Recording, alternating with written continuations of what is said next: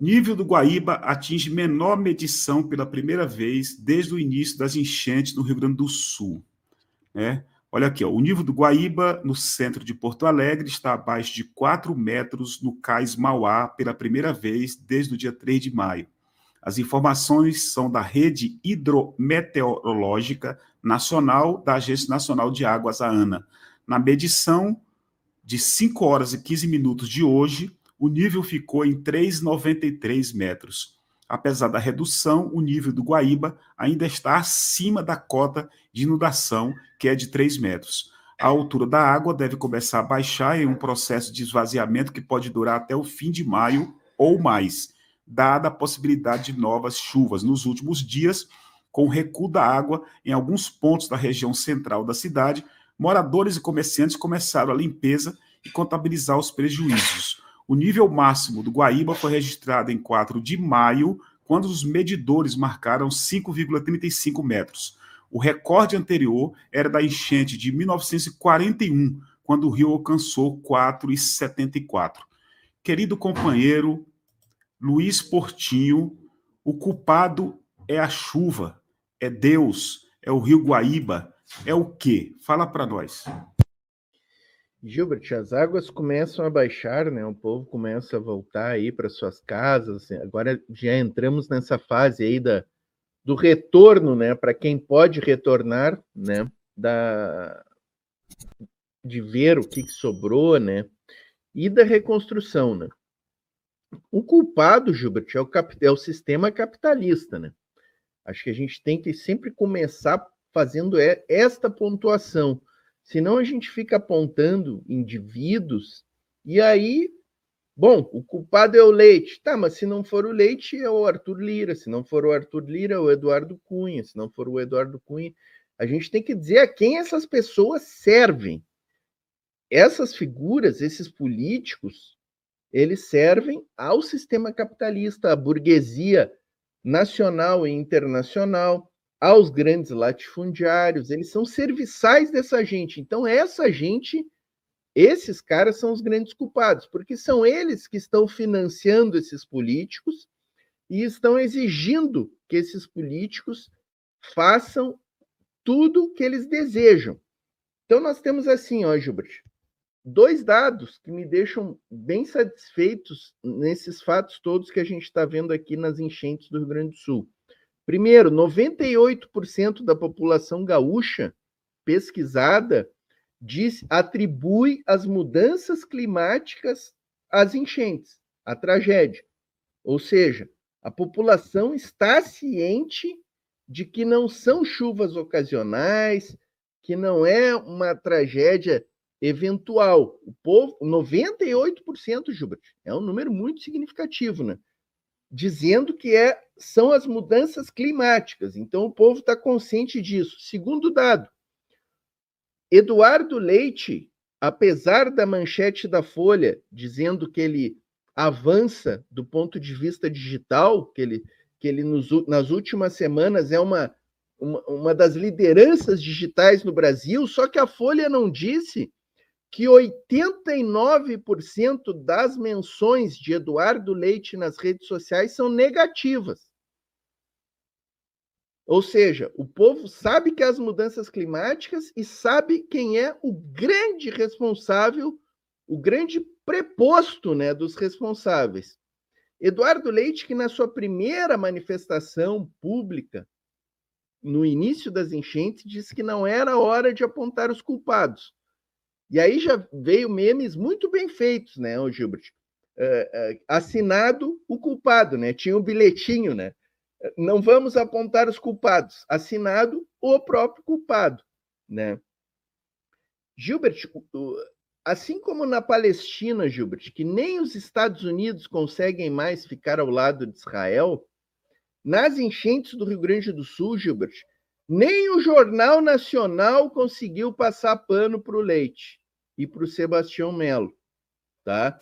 O Jornal Nacional de antes de ontem, Gilbert, fez uma matéria magnífica de 3 minutos com William Bonner chamando, dizendo, Gilbert, que desde 2012 havia aprovação no PAC, no governo Dilma, aprovação, sinal verde, verba já separada para projetos de proteção ao meio ambiente no estado do Rio Grande do Sul, na região metropolitana e nas cidades de Porto Alegre e Eldorado do Sul. Eldorado do Sul, Gilbert, é uma cidade que ela foi estruturada e construída em cima de um antigo arrozal.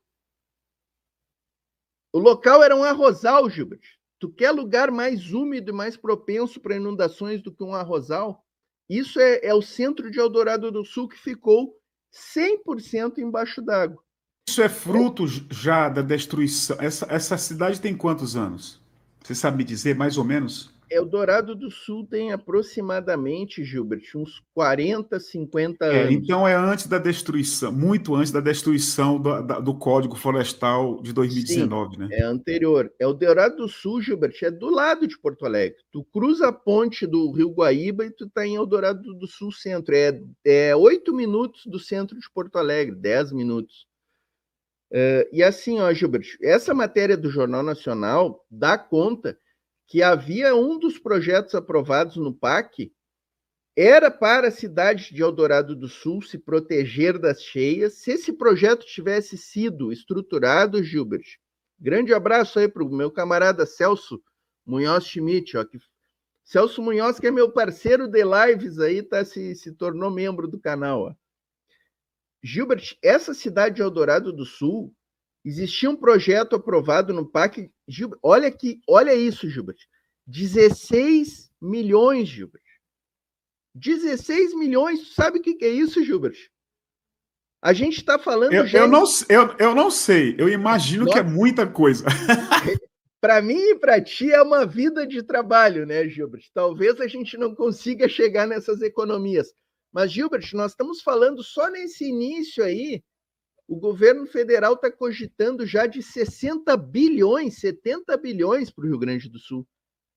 Tu pega 16 milhões, Gilbert, é uma ninharia, e tu teria protegido toda uma cidade, não teria entrado um pingo de água numa cidade de 40 mil pessoas que hoje estão todas fora de casa. É disso que nós estamos falando, Gilbert. Tinha um outro projeto, que aí esse era de incumbência do Eduardo Leite, de 222 milhões, Gilbert, aprovado no PAC. Tá? Então, o Eduardo Leite tem tudo isso, ele tem mais de 400 normas do Código Ambiental do Rio Grande do Sul alteradas, e aí, para não ficar no genérico, Gilbert, 2 normas que foram alteradas. Redução da mata ciliar, tá? Seguindo o que já tinha sido feito no Código Florestal Federal, e o licenciamento ambiental, Gilbert, que é um escândalo. O licenciamento ambiental declaratório. O cara vai lá, bota uma empresa que polui o meio ambiente, ele preenche um formulário e diz que não polui, entrega lá e começa a funcionar. Como é que era antes dessa alteração? O cara que quisesse abrir um empreendimento que é taxado como poluente, receberia uma visita do IBAMA ou da FEPAM, que é o IBAMA do Rio Grande do Sul, né?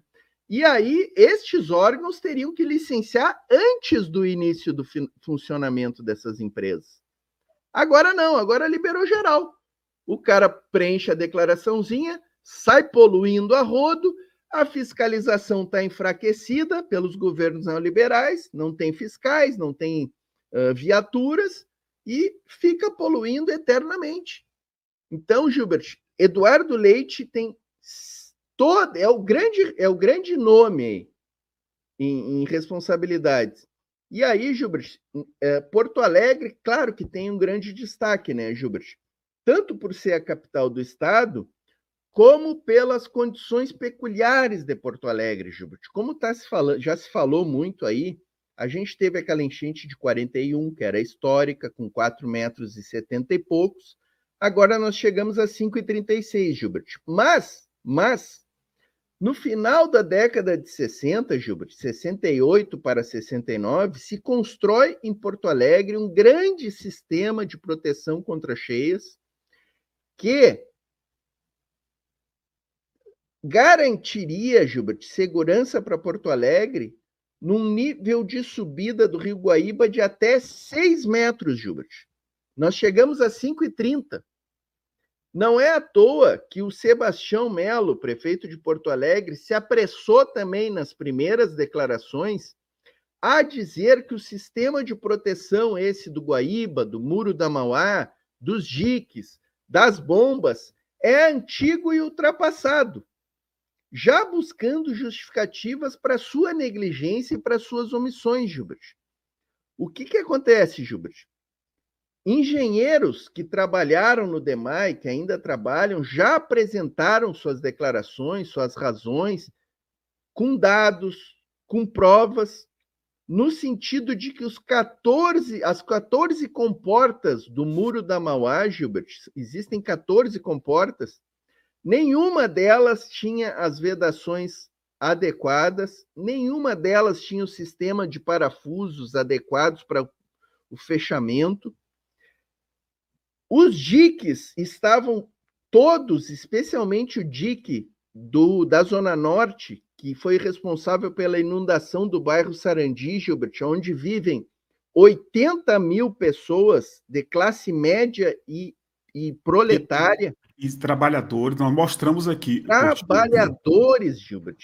No bairro Sarandi, Gilbert, tu não tem burguesia. A burguesia que tu tem ali é o dono da padaria, Gilbert, sabe? É o máximo de burguesia, o dono do restaurante, sabe? Aquele pequeno empresáriozinho. É trabalhador, Gilbert. 80 mil pessoas, Gilbert, fora de casa por causa da negligência do seu Sebastião Melo. Mas, Gilbert, o sistema de bombas que também preserva os principais bairros de Porto Alegre das cheias, são mais de 20 bombas, apenas 4 estavam funcionando no olho do furacão, Gilbert. 4. E olha que Porto Alegre e o Estado passaram por crises absurdas, inclusive com 49 mortes agora, cara. Agora tem 4, 5, 6, 7 meses, o ano passado. Em setembro. Setembro. E, Gilbert, assim, que bom que tu toca nesse ponto. E assim, ó, essa questão das bombas, Gilbert, ficou tão claro que foi a omissão do Melo, que os bairros Cidade Baixa e Menino Deus, que são 2 bairros clássicos de Porto Alegre, Gilbert, clássicos, históricos. O Cidade Baixa é o bairro da Boemia, onde Lupicínio tocava nas noites. Menino Deus é o bairro do Esporte Clube Internacional, de várias atrações de Porto Alegre, que nunca tinham tido um pingo de água por causa do bom funcionamento das bombas. Eles alagaram completamente, Gilbert. E aí, o que aconteceu? O rio chegou a 5,30, as águas baixaram um pouco, e na semana seguinte subiu de novo a 5,30, Gilbert. Só que aí o Melo saiu correndo e arrumou essas bombas que não estavam funcionando. E aí o rio subiu de novo a 5,30 e as águas não encheram tanto novamente, Gilbert. Ou seja, é a prova cabal de que com as bombas funcionando, o sistema dá conta das cheias, Gilbert.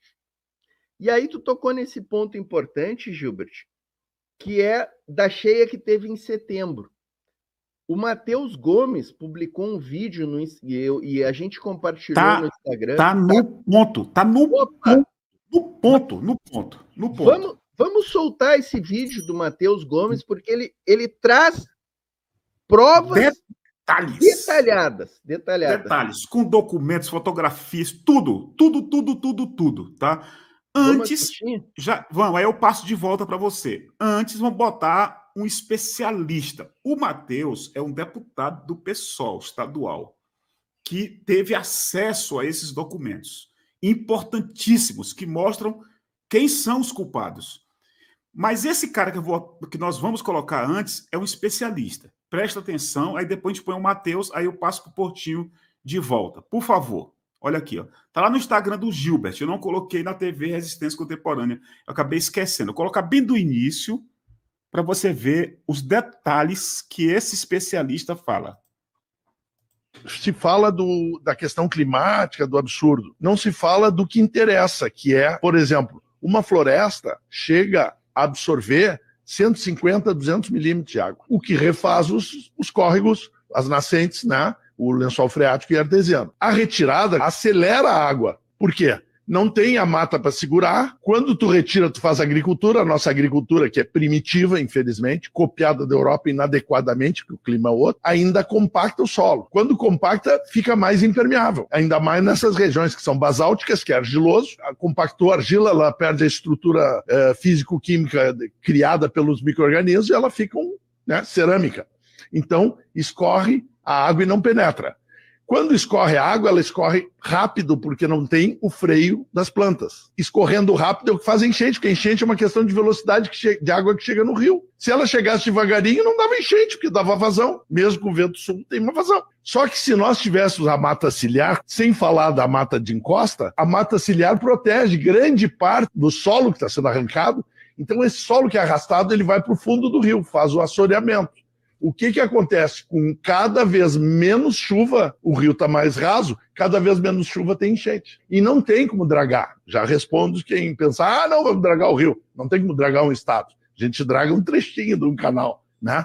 Então, é economicamente inviável. Ou seja, nós construímos pelo desmatamento, não é a troco de nada que Mussum, que foi arrasada em setembro, tinha sido o município que mais tinha desmatado no estado. Não é a troco de nada, é uma construção humana. A gente vai dizer, não, mas a chuva, o tempo... Olha, essa chuva, volume de água é menor que 41, porque nós estamos com os rios assoreados, né? A destruição ambiental fez essa água em menor volume extravasar mais. Por exemplo, se eu pegar essas encostas e fizer agrofloresta orgânica, eu vou reter grande quantidade dessa água, produzir alimentos, fazer tudo. Entende? Que é uma coisa coerente. Então, tem saídas. Não é o agricultor que está isolado no campo, sofrendo só propaganda de produtos, que vai ter essa solução. Então, é o Estado que tem que ter uma visão para proteger os cidadãos e incentivar. Agrotóxico não paga imposto, que, por sinal, a lei primeira do Hemisfério Sul, a primeira lei de agrotóxico do Hemisfério Sul do planeta, foi em 82, Porto Alegre, né, no estado do Rio Grande do Sul. Foi destruída. E destruída no item mais precioso dessa lei, que foi uma coisa, foi escrita dentro da Agapan, foi uma coisa maravilhosa, que era assim, nenhum agrotóxico pode ser autorizado no Rio Grande do Sul se não é autorizado no país de origem. Por que alguém destrói? Qual é a estratégia do governador em permitir que agora nós podemos usar? A primeira lei de agrotóxico do Hemisfério Sul do planeta foi em 82, Porto Alegre, né, no estado do Rio Grande do Sul. Foi destruída. E destruída no item mais precioso dessa lei, que foi uma coisa, foi escrita dentro da Agapan, foi uma coisa maravilhosa, que era assim, nenhum agrotóxico pode ser autorizado no Rio Grande do Sul se não é autorizado no país de origem. Por que alguém destrói?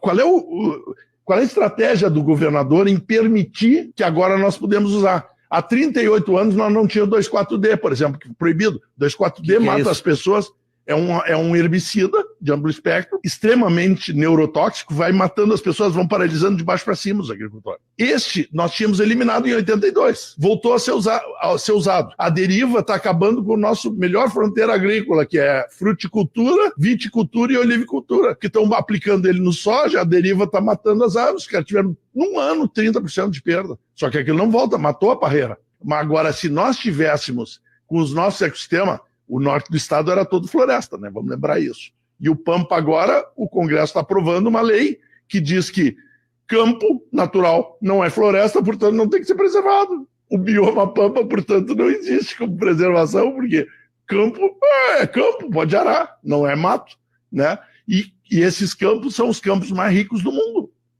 150 espécies em 1 hectare, entendeu? Que dá a carne mais preciosa do mundo. Sustentável, viemos fazendo isso desde que os jesuítas introduziram o gado aqui, funcionando perfeitamente. Hoje o bioma precisa desse pastoreio. E nós deixamos de aproveitar isso na hora exatamente que o mundo está querendo isso, nós deixamos de aproveitar para botar soja. Cara, é espetacular esse cara. Espetacular. O dia que eu encontrar com esse cara, eu vou dar um abraço nele bem grande. Que Gilberto, coisa espetacular. Já assisti esse vídeo umas 3, 4 vezes. É espetacular.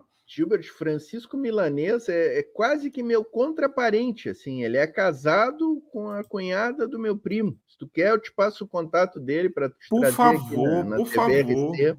É Sensacional. sensacional. Uma Sabe explicação que todo mundo entende, ele vai desenhando para a gente. Sabe o que o Milanês diz, Gilbert, nessa questão do Pampa?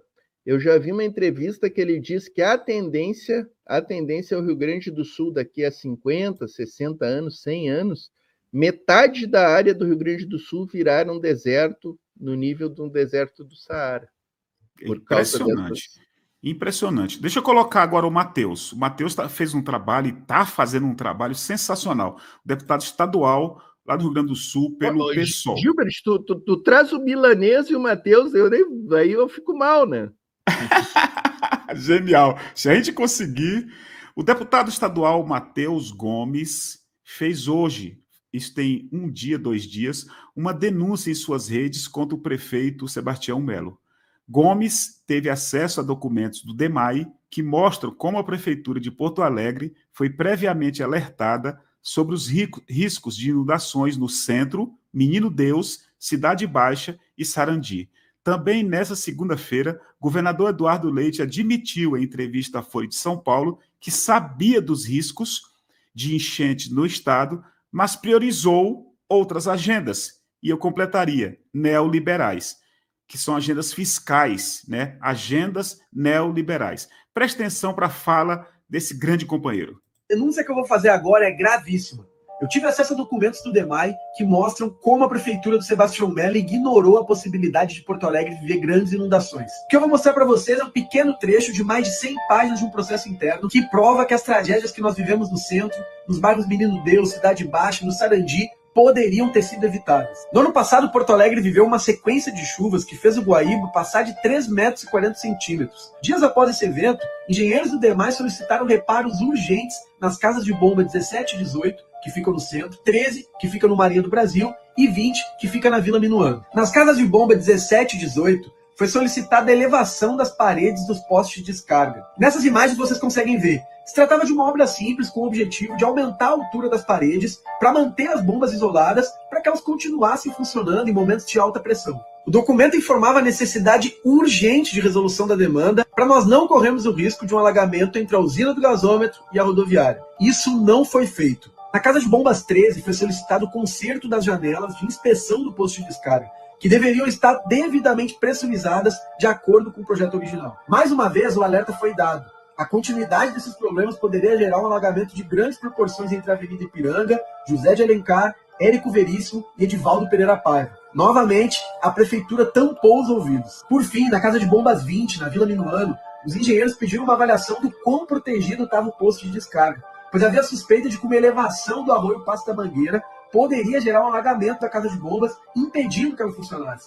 Outra vez, isso não foi observado pela prefeitura. Tragicamente, tudo que foi descrito pelos engenheiros do DEMAI acabou acontecendo. E o pior é o seguinte, esse processo já tramitava desde 2018. E em 23 de abril de 2024, uma semana antes da inundação tomar conta de Porto Alegre, nós temos um despacho dizendo que não há qualquer cronograma para a realização dessas obras. Isso é revoltante e mostra uma verdade. Ao contrário do que o prefeito Melo está dizendo, o grande teste do sistema de proteção contra cheias em Porto Alegre aconteceu em 2023, entre setembro e novembro. Ali os especialistas viram os problemas, e eu estou falando de gente com formação, não são CCs do Melo, são engenheiros com qualificação profissional que apresentaram soluções. Mas o Maurício Loz, gestor do DEMAI, simplesmente não agiu. E o prefeito Sebastião Melo, que adora aparecer como síndico, zelador, o gestor que chama todos os problemas para sua responsabilidade, mostrou que isso é só discurso. Na verdade, ele tem uma total incapacidade de lidar com a crise climática. Essas informações que eu estou apresentando são só o começo. Nas mais de 100 páginas dos processos, nós temos perguntas não respondidas, detalhes absurdos da inoperância de Sebastião Melo, e nós vamos mostrar ponto a ponto para vocês. E eu sei que tem milhares de pessoas que ainda estão sofrendo com essas casas debaixo d'água. A gente está diariamente envolvido na ação de acolhimento, de solidariedade, articulando soluções para a gente sair dessa o mais rápido possível. Mas a responsabilização dos verdadeiros culpados precisa começar agora. Sebastião Melo ignorou todos os alertas dos engenheiros do DEMAI, colocou Porto Alegre nessa situação caótica e por isso deve ser responsabilizado. A denúncia que eu vou fazer é muito importante. É muito importante. Gilbert, entendeu? Não esquecendo, né, que o prefeito de Porto Alegre foi o cunhado de Melo Naro, por sua proximidade. Ele se declarou um bolsonarista na última eleição, explicitamente. E assim, Gilbert, existe um outro dado aí que eu não consegui estudar esse dado, mas eu li algumas fontes aí trazendo alguns deputados que custaria 60 mil reais, Gilbert, a manutenção adequada desse sistema de bombas aí. 60 mil, Gilbert, 60 mil. E assim, ó, Gilbert, é impressionante, né? É impressionante. Olha, impressionante. O Gilbert, uma coisa ali que o Matheus fala, né, que é importantíssimo responsabilizar essas figuras, né? Assim, né, Gilbert, uma sociedade adequada, o Melo e o Leite já não seriam mais administradores, tá, Gilbert? Já estariam afastados. Não tem nem dúvida. O mínimo, Gilbert, porque a gente sabe dos acertos que há. Depois eu acho que nós vamos falar do Moro, né? Que houve um acordão para salvar o Moro. Acordões há no Brasil, né, Gilbert? O mínimo que a gente precisa fazer, Gilbert, é falar muito do Melo e do Leite, apontar que nem a gente está fazendo aqui, para acabar com a carreira política deles, pelo menos. Exatamente, eu tenho exatamente. Pelo menos, já que eles não vão pagar pelas mais de 150 mortes, pelo aí. Prejuízo bilionário que o Estado está. Falando em Estado, eu quero dar um abraço primeiro no Leno, nosso pastor, olha ele aqui. Opa, muito obrigado, Leno.